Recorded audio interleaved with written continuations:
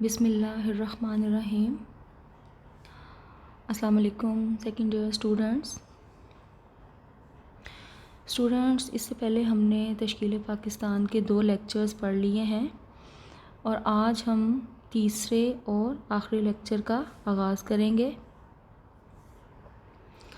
مگر آج کے لیکچر کو شروع کرنے سے پہلے میں سابقہ لیکچر کا مختصر سا جائزہ پیش کروں گی تاکہ سبق کے خلاصے کا تسلسل برقرار رہے۔ پچھلے لیکچر میں ہم نے سبق کا آدھا خلاصہ پڑھا تھا اور اس کے جو اہم نکات ہیں وہ کچھ یوں تھے کہ ہندوستان میں مسلمانوں کا جو زوال ہے وہ اورنگزیب عالمگیر کے وفات کے بعد شروع ہو گیا تھا۔ اگرچہ جو اورنگزیب ہیں ان کے بعد مسلمانوں کی حکومت 150 سال تک قائم رہی، مگر یہ ایک بالکل کھوکھلی حکومت تھی، یعنی مسلمان اپنا رعب، دبدبہ اور سابقہ شان و شوکت بالکل کھو چکے تھے، اور 19ویں صدی کے آغاز میں مسلمانوں کا جو سیاسی وقار ہے وہ بھی بالکل خاک میں مل چکا تھا اور وہ ہر شعبہ زندگی میں پیچھے رہ گئے۔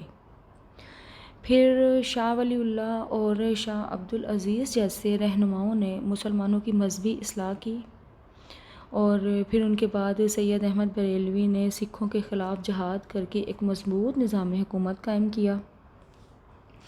پھر اس کے بعد مسلمانوں کو 1857 کی جنگ آزادی کا سامنا کرنا پڑا اور مسلمان انگریزوں اور ہندوؤں کے ہاتھوں بالکل پیس کر رہ گئے۔ مایوسی اور ناکامی مسلمانوں کا مقدر بن گئی۔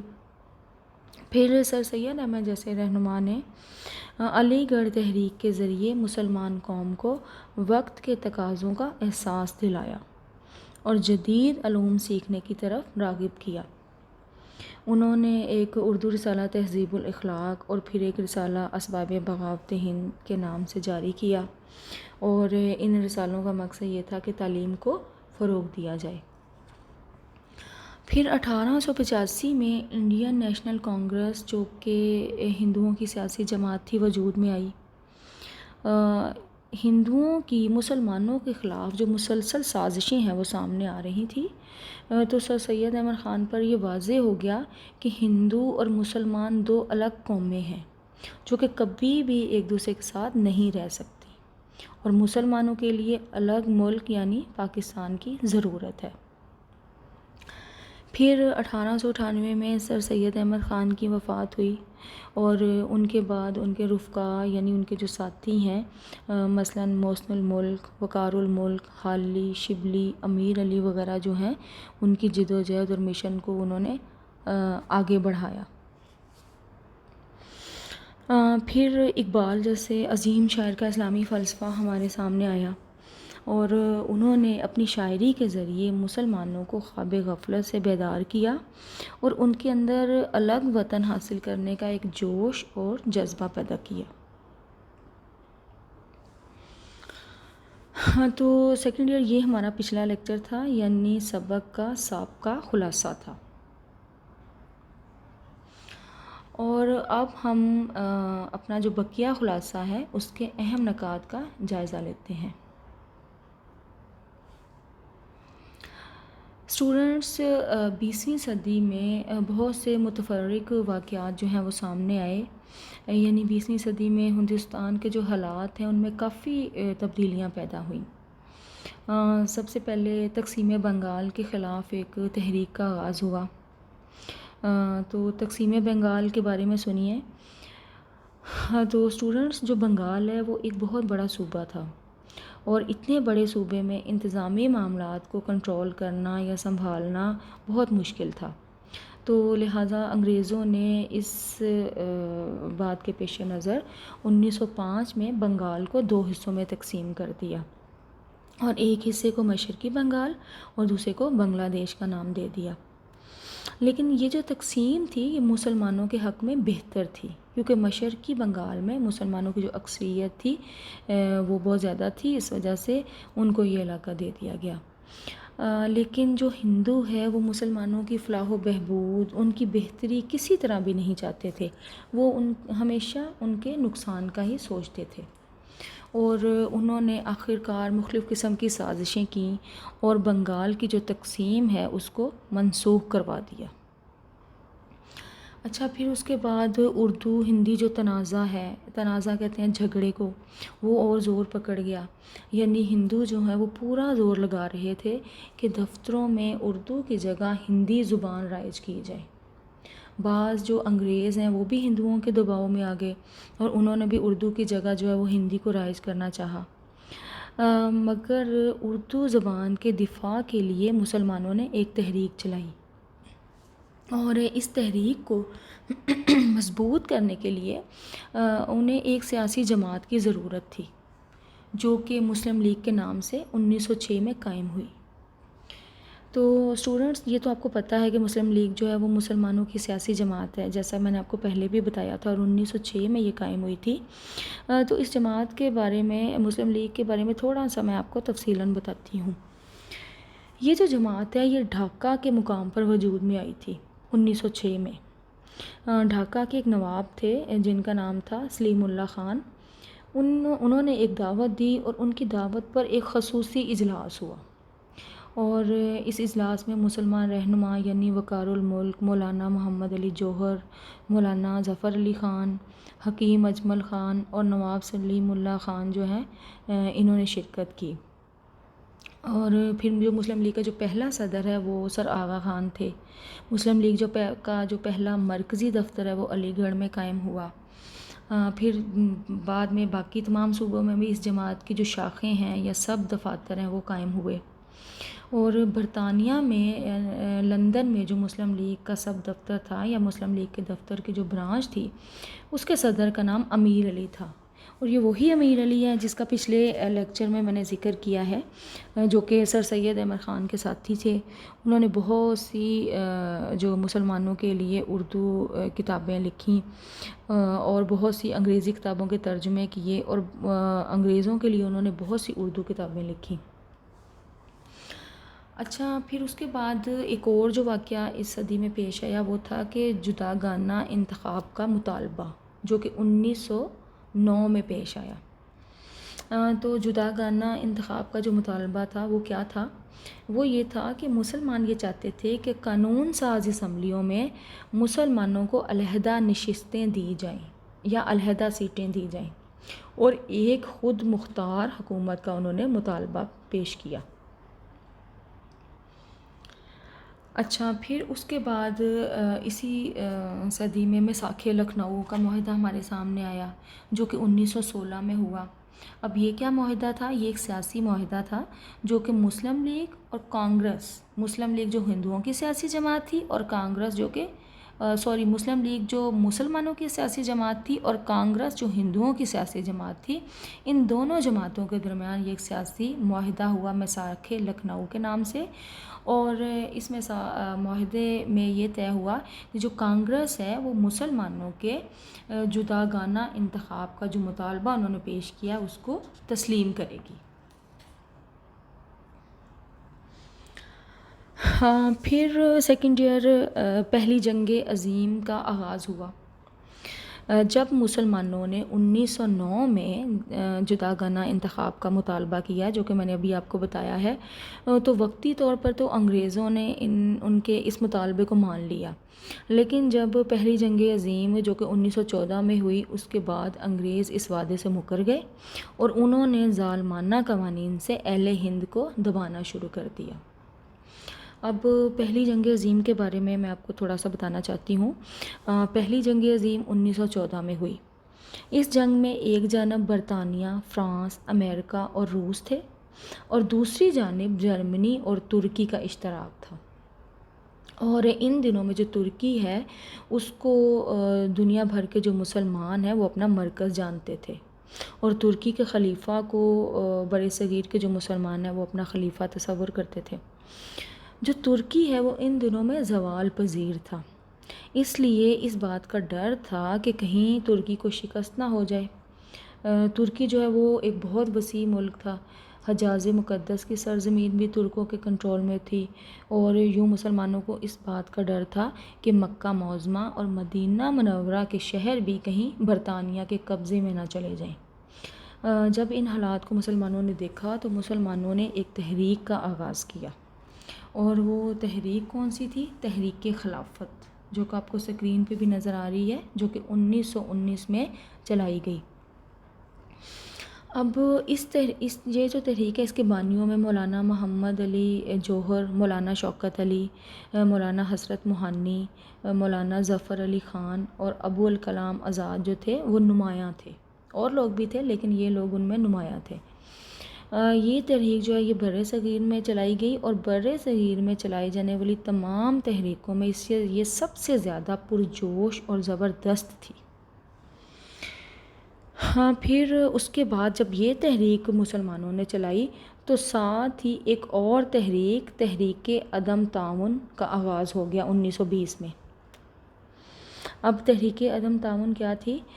جب مسلمانوں نے تحریک خلافت کا آغاز کیا تو جو گاندھی ہے اسے اس بات کا موقع مل گیا کہ مسلمانوں کو اپنے فائدے کے لیے یا اپنے مقصد کے لیے استعمال کیا جائے۔ انہوں نے جو تحریک خلافت ہے جو کہ مسلمانوں نے چلائی تھی اس کی حمایت کی، اس تحریک کے جلسوں میں انہوں نے شرکت کی، اور مسلمانوں کو اس بات کا یقین دلایا کہ وہ مکمل طور پہ مسلمانوں کے ساتھ ہیں۔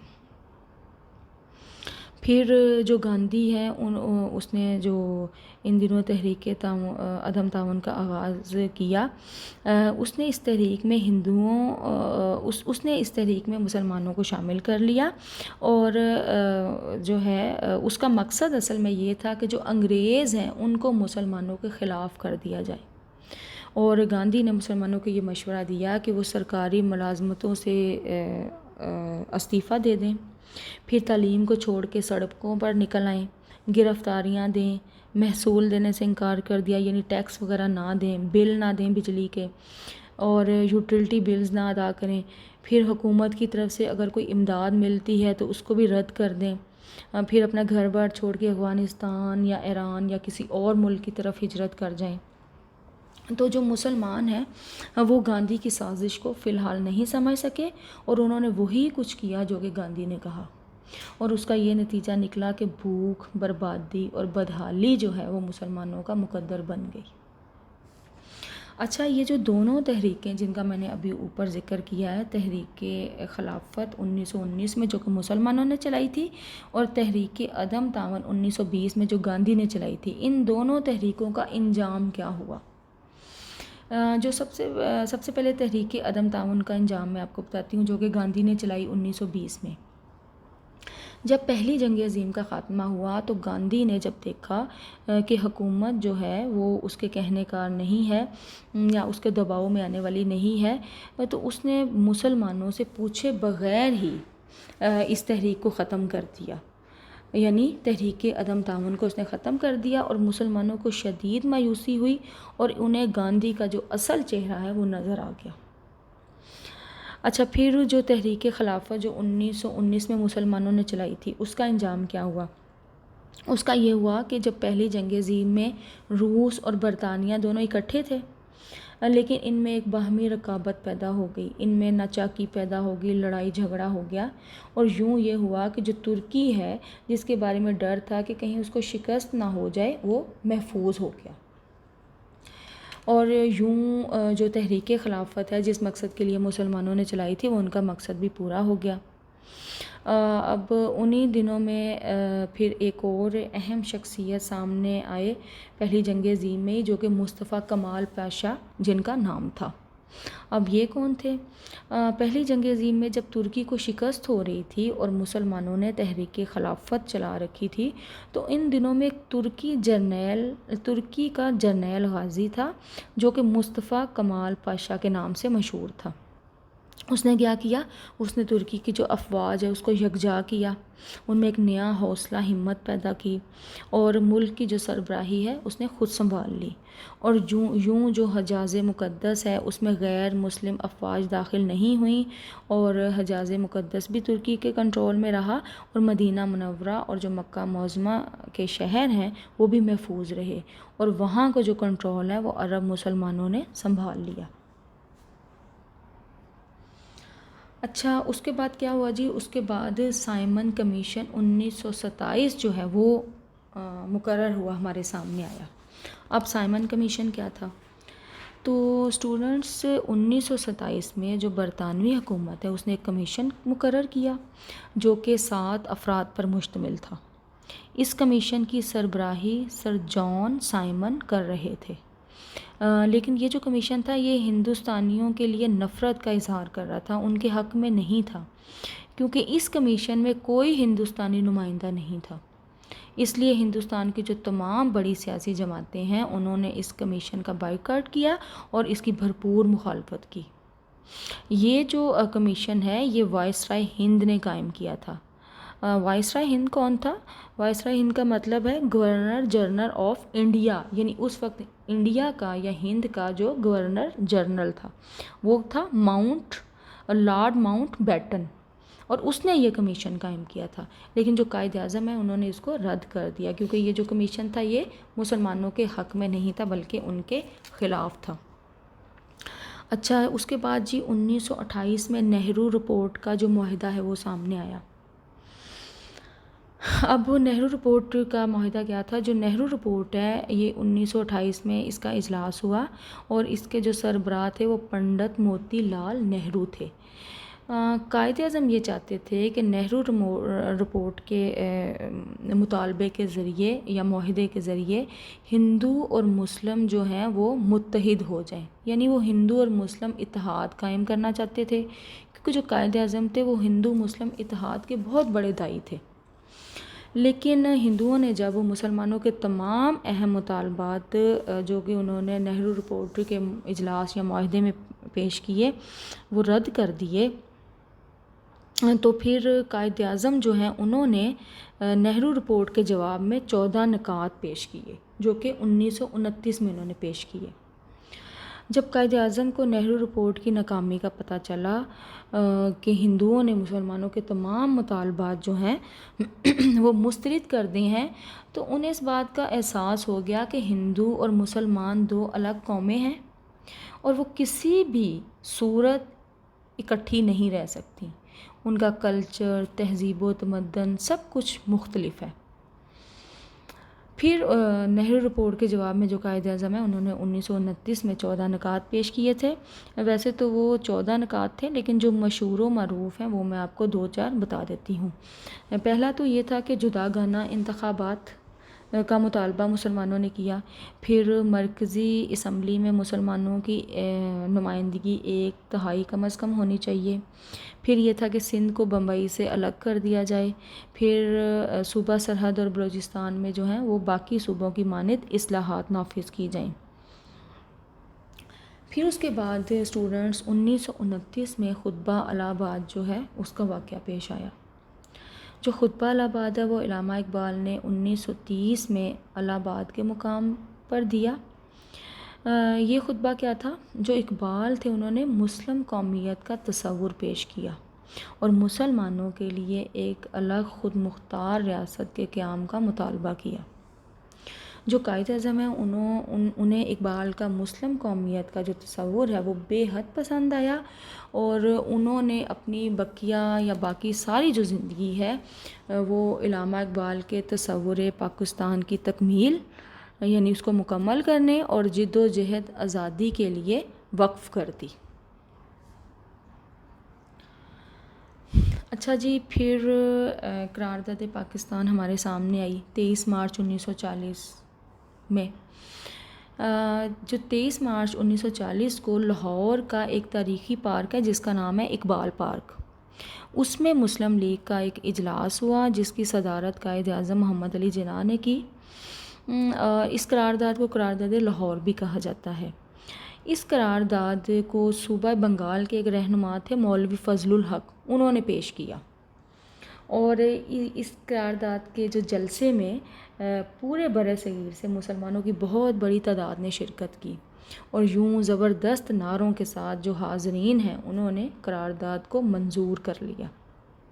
اس کے بعد مسلمانوں کو پتہ چل گیا کہ ان کا نصب العین کیا ہے، یعنی ان کا نصب العین یہ تھا کہ اپنے لیے الگ وطن پاکستان جو ہے حاصل کیا جائے تاکہ وہاں پر وہ قرآن اور سنت کے مطابق اپنی زندگیاں آزادی کے ساتھ بسر کر سکیں۔ اسٹوڈنٹس یہ ایک بہت بڑا تاریخی دن تھا، اور اس دن کی یادگار کے طور پر لاہور کا جو پارک ہے یعنی اقبال پارک، وہاں پہ مینار پاکستان بھی بنایا گیا ہے۔ یعنی لاہور میں جو مینار پاکستان ہے، مجھے لگتا ہے کہ آپ سب نے ہی دیکھا ہوگا، وہ اسی دن کی یادگار کے طور پہ بنایا گیا ہے، کیونکہ یہ ایک بہت بڑا تاریخی دن تھا۔ اچھا، اس کے بعد جی شملہ کانفرنس 1945 میں ہمارے سامنے آئی۔ یہ جو کانفرنس ہے، یہ ایک صحت افزا مقام ہے شملہ، وہاں پہ منعقد ہوئی، اور اس میں جو ارکان شریک ہوئے وہ کون سے تھے؟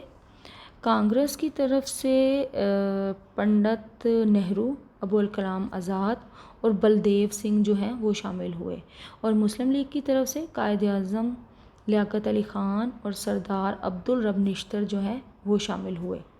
اس کے علاوہ اس کانفرنس میں تمام صوبوں کے وزرائے اعلیٰ اور یونینسٹ پارٹی اور دیگر پارٹیوں کے نمائندے شامل ہوئے۔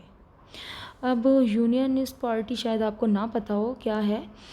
اس پارٹی کے جو بانی ہے وہ میاں فضل حسین تھے، اور اس پارٹی کا مقصد یہ تھا کہ جو دیہاتی لوگ ہیں ان کی پسماندہ حالت کو بہتر بنایا جائے، اور یہ جو پارٹی ہے اس کو برطانوی حکومت جو ہے وہ چلا رہی تھی، اس کے انڈر تھی یہ۔ لیکن یہ جو شملہ کانفرنس ہے یہ ناکام ہو گئی، ٹھیک ہے۔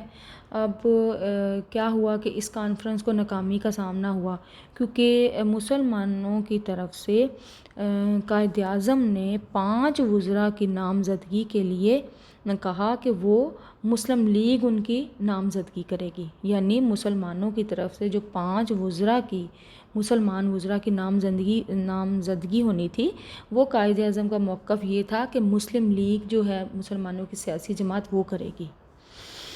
لیکن جو کانگریس ہے وہ یہ چاہتی تھی کہ جو مسلمانوں کی ایک نشست ہے وہ اسے دے دی جائے، اور وہ اس نشست پر ابوالکلام آزاد کو فائز کرنا چاہتی تھی، اور جو وائسرائے ہند ہے وہ یہ چاہتا تھا کہ یونینسٹ پارٹی کے جو سربراہ ہیں، جو ان دنوں میں ملک خضر حیات تھے، ان کو نامزد کیا جائے، یعنی وہ مسلمانوں کی ایک نشست لے لیں۔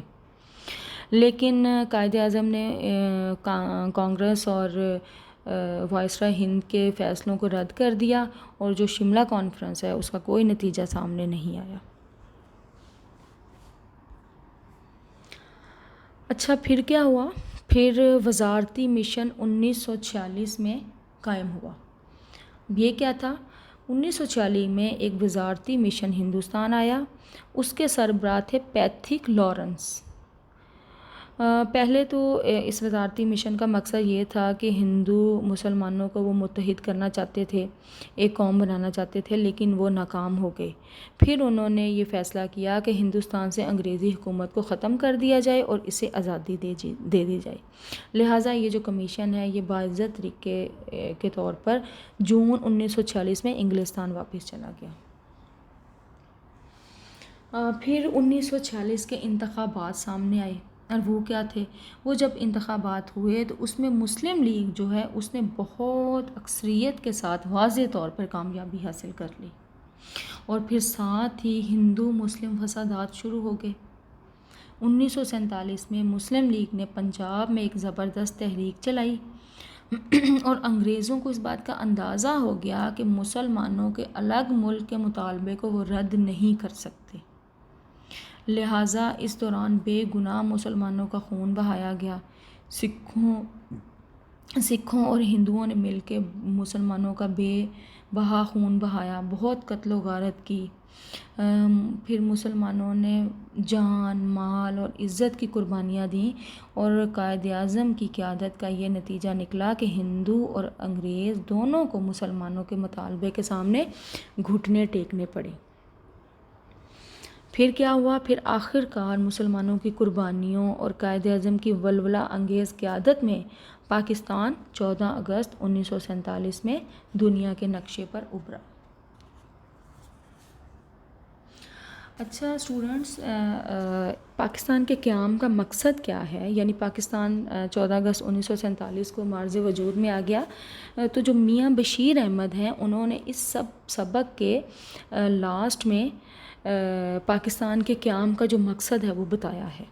وہ کہتے ہیں کہ پاکستان کے قیام کا مقصد اسلام ہے، وہ اسلام جو قرآن نے پیش کیا اور جس پر حضور پاک صلی اللہ علیہ وسلم نے عمل کر کے دکھایا، وہ اسلام جو خلفائے راشدین کے عہد میں نظر آتا ہے۔ خلفائے راشدین کا آپ کو پتہ ہے 4 ہیں، حضرت ابوبکر، حضرت عمر، حضرت عثمان غنی اور حضرت علی رضی اللہ تعالیٰ عنہ۔ اور وہ اسلام جو صداقت، اعتماد، محنت، مساوات، صبر، پرہیزگاری، امن، عافیت، رواداری اور محبت کا پیغام دیتا ہے۔ اب اسٹوڈنٹس میں آپ کو یہ بتاؤں کہ اس سبق کا مرکزی خیال کیا ہے، تاکہ آپ کو پتہ چلے۔ مختصر سا ایک میں اس کا 4-5 لائنوں میں آپ کو بتاتی ہوں تاکہ آپ کو مرکزی خیال اس کا جو ہے وہ سامنے آ جائے۔ ہاں، اورنگزیب عالمگیر کی وفات کے بعد بر صغیر کی جو اسلامی سلطنت تھی وہ زوال کا شکار ہو گئی۔ 1857 کی جنگ آزادی کی ناکامی کے بعد مسلمان ہر طرح کے اقتدار سے محروم ہو گئے، مگر اس حادثے نے انہیں خواب غفلت سے بیدار کر دیا۔ سر سید نے قوم کو نئے علوم سیکھنے کی طرف راغب کیا، پھر قومی رہنماؤں کی قیادت میں قوم نے ہر میدان میں ترقی کی اور آخرکار بے شمار قربانیاں دے کر مسلمانوں نے اپنے لیے الگ وطن پاکستان حاصل کیا، اور اب اس ملک کی جو بقا اور استحکام ہے وہ صرف اور صرف اسلام کے ساتھ وابستہ ہے۔ تو یہ اس سبق کا مرکزی خیال ہے۔